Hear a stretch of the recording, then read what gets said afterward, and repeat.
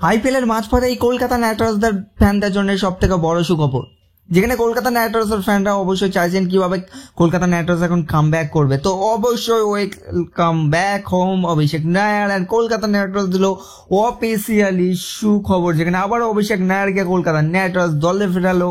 এবং এবার কলকাতা নাইট রাইডার্সের কাম ব্যাক কি হবে তার কারণ আপনারা জানেন যে কলকাতা নাইট রাইডার্সের কিছুই ঠিক চলছে না, অ্যান্ড আইপিএলের মাঝপথেই কাম ব্যাক করিয়ে দিল অভিষেক নায়ারকে কলকাতা নাইট রাইডার্স দলে অ্যাজ এ অ্যাসিস্ট্যান্ট কোচ।